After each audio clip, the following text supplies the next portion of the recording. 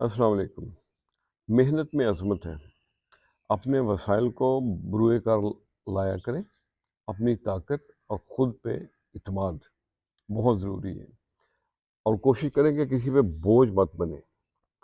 مجھے گرتے ہوئے پتوں نے سکھایا ہے، بوجھ بن جاؤ گے تو اپنے بھی گرا دیتے ہیں۔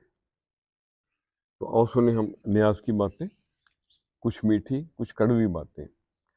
دھن دولت اور بنگلہ سب ہیں یہ بیکار کی باتیں۔ لگن سچی سے فرض ہے کوشش، لگن سچی سے فرض ہے کوشش، یار پہ ہوں اعتبار کی باتیں۔ آؤ سنیں ہم نے آج کی بات۔ زندگی ایک مسلسل جد و جہد کا نام ہے۔ اللہ ہر ذی روح کو، ہر جاندار کو رزق دیتا ہے، یہ اس کا وعدہ ہے۔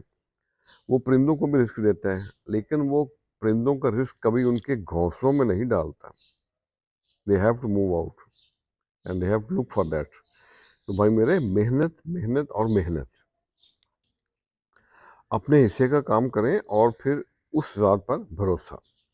محنت اور عظمت یہ دونوں عربی کے الفاظ ہیں۔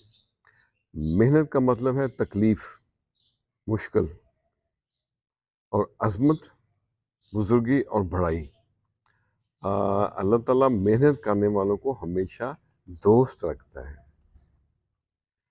اپنے ہاتھ سے کی گئی کمائی سے بہتر کوئی روزی نہیں ہے، اور فارغ اور دوسرے لوگوں کی ٹو میں لگے ہوئے لوگوں سے گریز کریں۔